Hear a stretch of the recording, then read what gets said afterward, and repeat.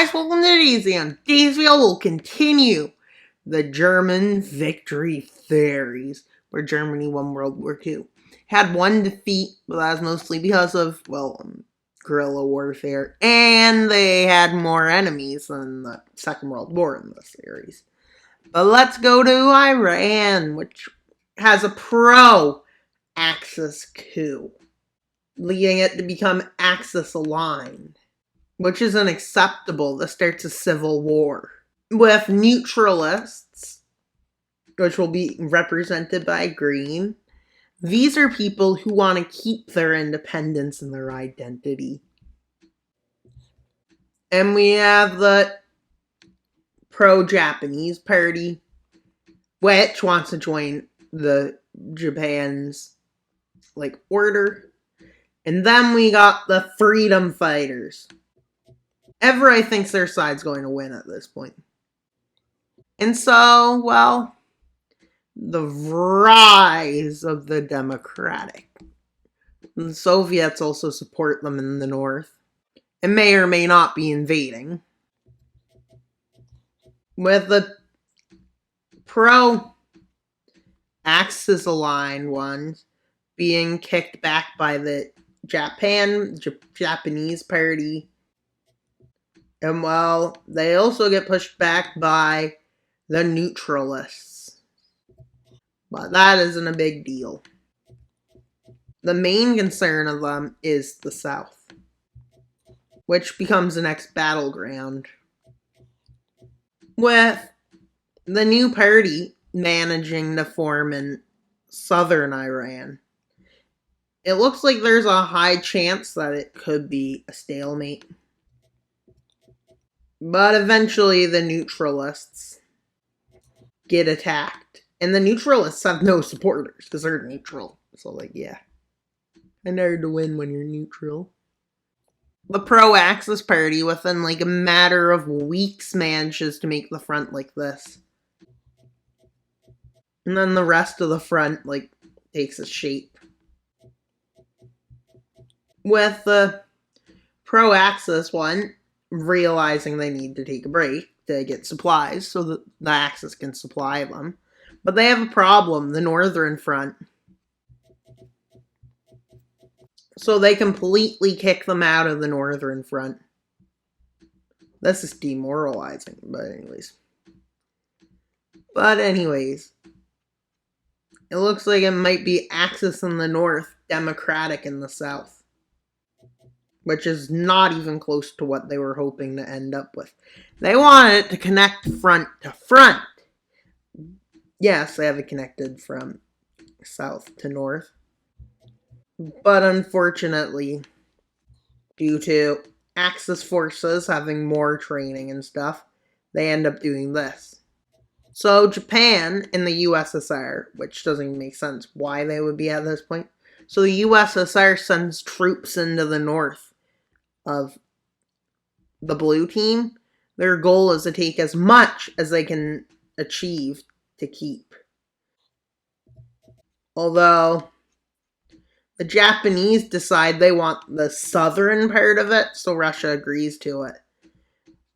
With the peace treaty at the end of the Civil War being signed. And the Axis did a good job. They have a lot of land, except they lost Afghanistan, some northern pieces to the Soviet Union, and a bit to Japan. Not a big deal, though. Seeing that the Soviet Union is rising again, they vote to join. Which makes Japan a bit angry, but what are they really going to do? Although a major shift happens. With Bhutan and Nepal, they decide to up and leave. This leads to a weakened Japan, which has nowhere to expand. But the pro-Russian state decides they want to join Russia. One problem, Japan doesn't want this. Japan and Thailand declare war because they're the only two allied nations left in here. And they want to bring their puppets in. But this is a civil war, so some puppets Manchukuo, Mongolia, a state in India and Pakistan, Inner China, Indonesia, pick one side. These puppets decide to go with Japan. But Australia, which became a puppet, and the rest of the puppets, they declare war. How does this even go? I don't even know what will happen, but I do know what will happen first. The red team started the war, so they're ready. They're probably coordinating together about how to start it. Them moving into Thailand, forces moving out of Malaysia, but they're quickly stopped. Australia's forces are what Japan's struggling with. Java falls. Oof, that's not good. What was Java's population like in the 1960s? Minus what would happen if Japan succeeded. Well, maybe it'd be the same, man. Casualties, because Japan did invade them in real life.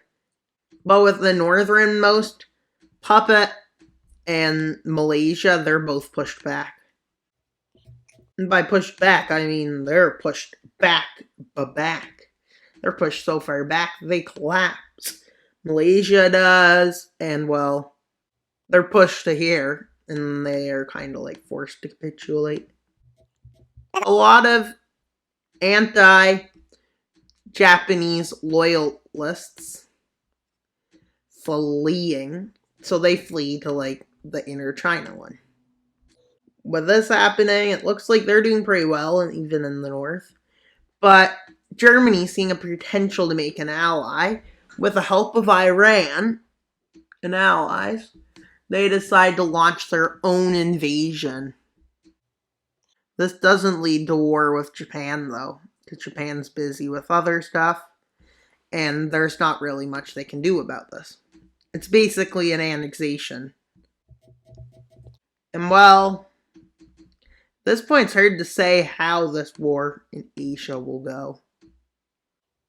But, like, very difficult. Like, nobody knows how it's going to go. Some areas, it looks like a Japan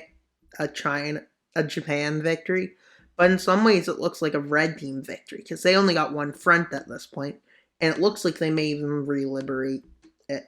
But they're definitely losing. Probably losing Australia. There's no way they're stopping it at this point. But the Philippines, they got a good lock on, so like they're not going to be taken over suddenly. And well, Japan's in a bit of trouble because Australia is pushing up into Thailand, and Thailand collapses, and even into Japanese territory. But keep in mind, the Japanese are finally getting their forces in order and are able to send an invasion into here. With the continuation of this effort. So at this point, they're kind of pushing into inner China. That's what the puppet's called, I would say.